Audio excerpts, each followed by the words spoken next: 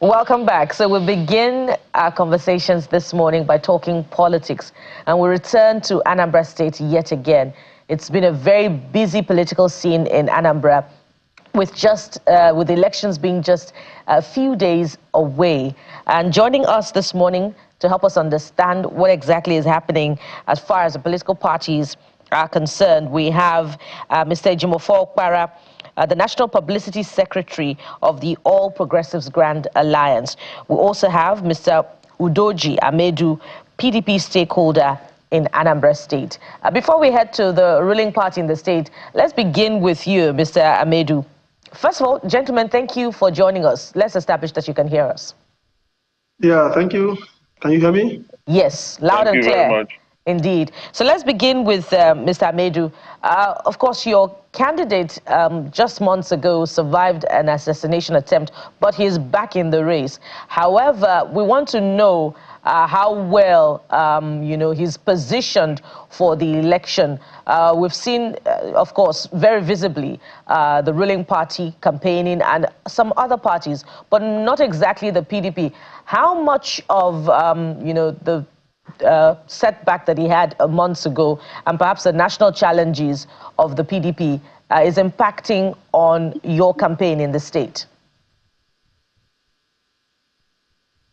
Well, as you can see, he was attacked, but I don't think it is an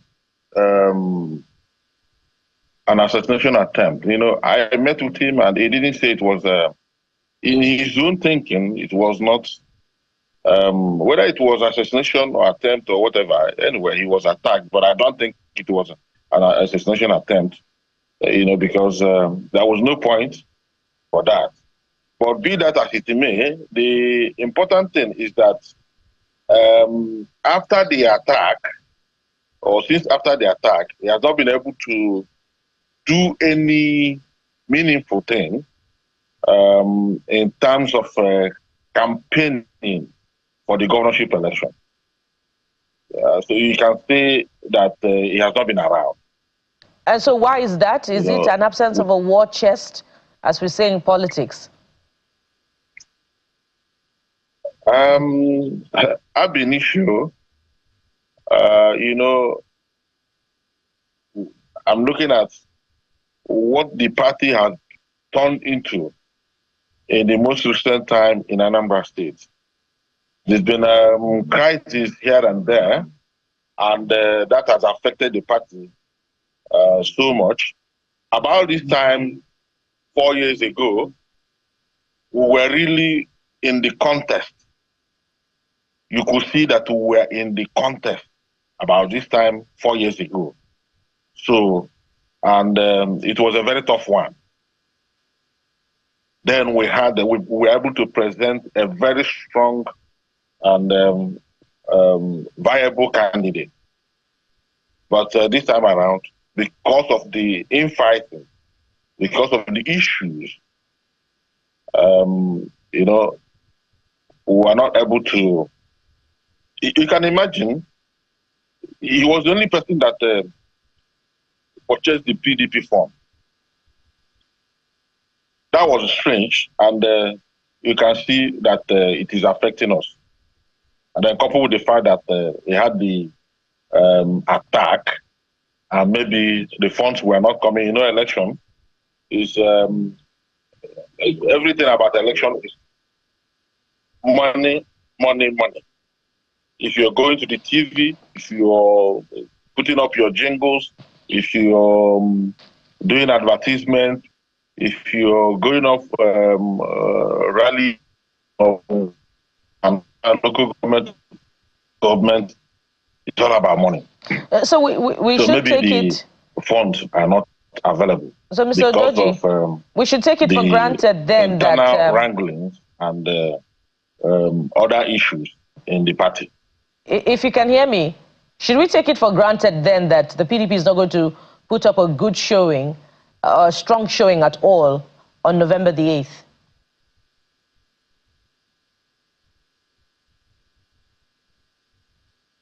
I doubt that Mr. Udoji can hear me. Well, let's go to the APGA National Secretary now. Talk to us about the political atmosphere ahead of the elections. Are you satisfied? It's just a week away. Are you satisfied with preparations ahead of the election, the deployment of security, and of course, the electoral umpire preparations ahead of November the 8th? Okay, good morning, viewers, and thank you for having me once again. Well, I wouldn't want to use the word satisfied, but I would say I'm in high spirits. I'm in a very high anticipatory mood. I look forward to a hitch-free, free, fair, and credible process. And I also have very implicit confidence in the electoral umpire and other stakeholders, that has one or two things to do with the process, with the electoral process. I have implicit confidence that they will do the right thing. And if that be the case, then maybe I will tell you that my party has no need to be afraid, of any of the outcome, because this is APGA land. Anambra is APGA land. It's almost taken for granted that Anambra is APGA's enclave. And if the election is free, fair, and credible, any day, anytime, then you rest assured that APGA would have the day. So looking forward to November 8th, where we are dotting our I's and crossing our T's. As it were, we are about the only party that is going about, engaging the people, campaigning massively, talking to the grassroots, and mobilizing our members, for the day. We have been very, very showy and quite outstanding in all our engagements. And beyond this, there has been quite unprecedented phenomenon happening with this particular election cycle. For the first time in the history of the state, we are seeing the rise of mass ownership. The people have owned this process, not just in words alone, but also in the personal commitment of their resources, into ensuring that the process is, is creditably executed.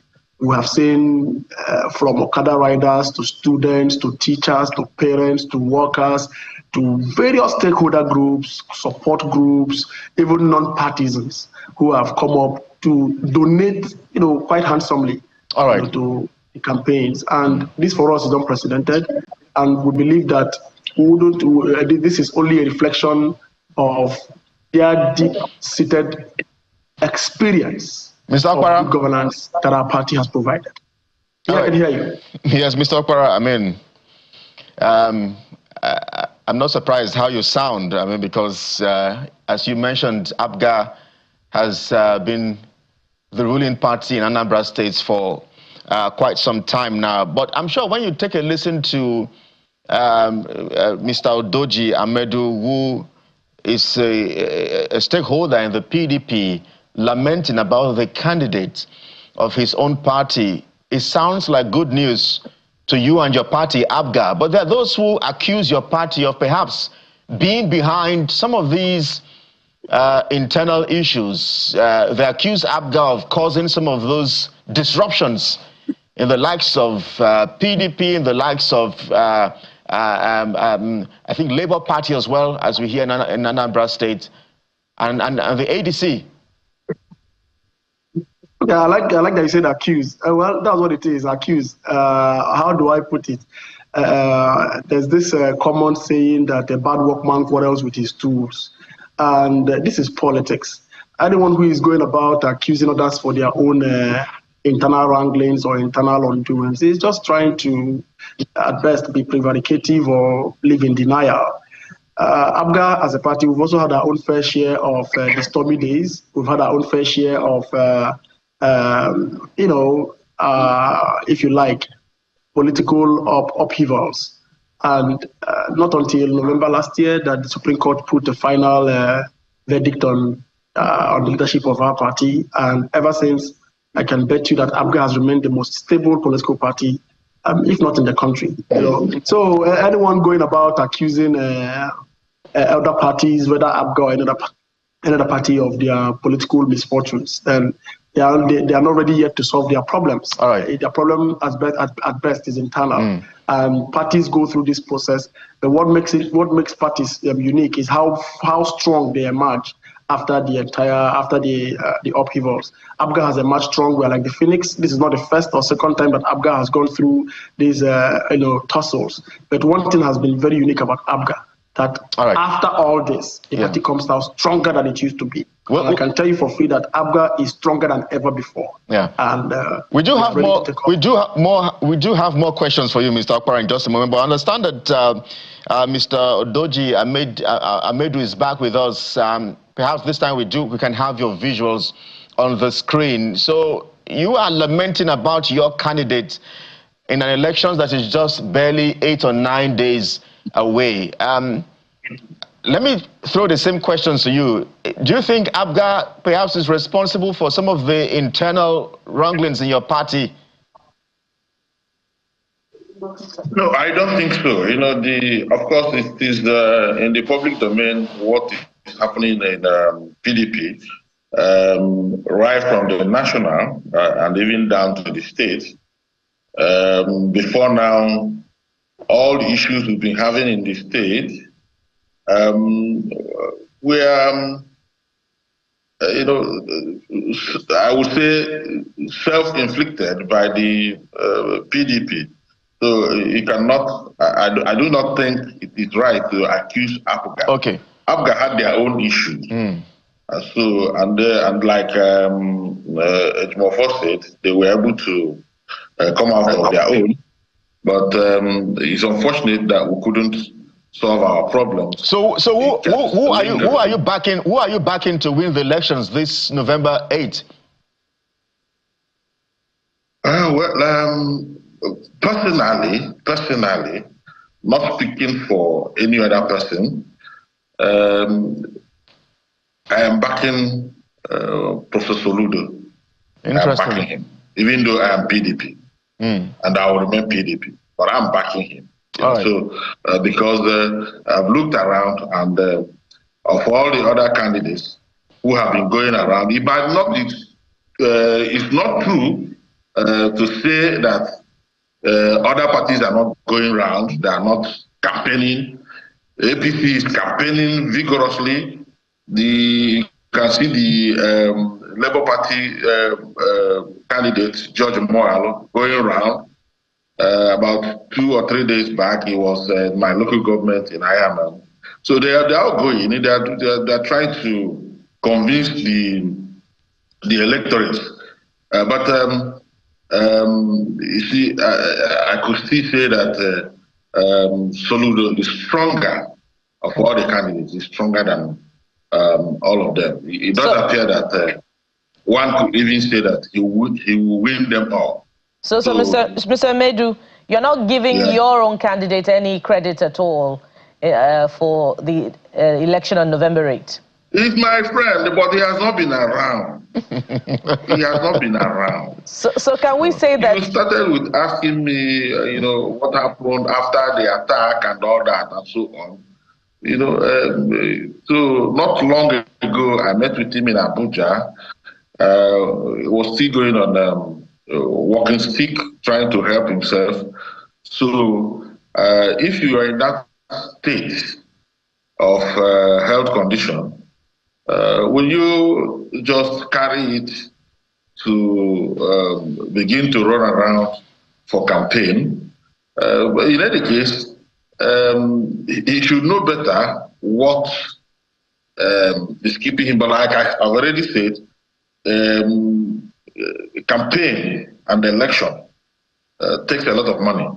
I do not think the money is there. The party is not together to give him money and to help him and all that. So he has not been around. That's the truth of the matter. Okay, so because we cannot begin to go from local government to local government without him. So we can safely assume that you may be defecting any moment from now. The destination. I am not defecting. You're not defecting. All right. I am not defecting. All right. Yeah, even though I'm supporting Soludo. Okay. It doesn't matter if I'm supporting him. I'm not defecting. I remain PDP. All right, let's take it to Mr. Okpara. As a matter of fact, for the upcoming National Convention, I'm a member of the accreditation committee. So immediately after the gubernatorial election, I'll be heading to Ibadan. Okay. We wonder if your expression of support will be interpreted as anti-party activity by your party. But let's leave that for now. Maybe if we have time later, you'll be able to answer that. Let's go to Mr. Okpara. Mr. Okpara, yesterday, your principal, Governor Soludo in Ekusigo, I believe, clarified his comment on cash for reward. He said it was for canvassers, not for the electorate itself. And that the canvassers, who are your party members, constitute perhaps 2% of, the voters. But let's look at his comment prior to that time, which was made in Ayamelum, I believe, prior to the Ekusigo event. He said, I quote, "When we were campaigning for the Senate, we knew we were going to win every ward in the South Senatorial Zone, but we still had some incentives. Any ward that APGA won received 1 million naira, and we won all the wards in Orumba South." He went ahead to say, "We promised each of these wards 1 million naira, and next week we will redeem it. The ward that comes first will get 5 million naira. Despite the defense put forward by the governor, isn't this a monetization of the electoral process that has shaped conversations as far as incentives for votes in the last decade of our election?" Okay, well, far from it, and I'm happy that your station captured that clarification, because that's been our stand all the while. And I've always mentioned this anywhere I go to, ever since this whole issue around the incentivization of our party members, canvassers, and agents, came into mainstream. And one thing I've always told people is that the crafters of the Electoral Act, understood the import of campaign funds before it was even allowed to find its way into, the laws. For you to say there has to be campaign funds, campaign funds has to cover for every legitimate expenditure that a political party must undertake in the course of an electioneering or the course of an electoral period. And part of this includes I tell people that the job of a canvasser or maybe a mobilizer for a party or an influencer for a party, it's not a thankless job. It's not a yeoman's job, if you like. It's something that, that deserves some kind of reward, even though there's nothing in the laws that stipulates how much or whatever you have to give for that, in terms of remuneration or in terms of, a reward for that effort. But it's not a thankless job world over. So we tell people that in looking at the concept of vote buying, and maybe you may be looking at it from the perspective of what you give before or during the process. But whatever it is that you have to do to show up the enthusiasm, to show up, especially in a state like Anambra, where you have this issue of voter apathy. Voter apathy greeting each election cycle. Like in 2021, you remember that Anambra registered about 2.7 million voters, and of that figure, less than 10% of it decided the outcome of that process. And this cannot continue. So we have to find some very creative means to increase voter participation. And this is exactly what our party is doing. And I'm very happy that the leader of the party, Professor Charles Soludo, has taken the stage to clarify, the motivation for what we are doing as a party. I mean, it's interesting the defense you've put up. I'm just trying to make comparisons with other parts of the world. If that's how politics are being played, if that's how they play politics there, where you have to say, give me this polling unit, I'll give you $1 million. Let's not drag this too much with you. Perhaps one day we'll get the chance to speak to your principal himself and we'll throw those questions to him. But I'm not sure how concerned you are that in the Southeast region, 5 states, 3 are now APC states. There are rumors of the Labour Party governorship governor there perhaps defecting to the APC as well. We have seen a second-term governor in Bayelsa State defect to the All Progressives Congress in the South region. So, my question is, how much longer can APGA and Professor Charles Soludo hold on to is it the chicken now? How much longer can there be that swap, or how much longer can we have that swap between the cock and the broom? You know, when we say these things, it looks like Nigeria or this democratic dispensation started yesterday or started in this particular dispensation.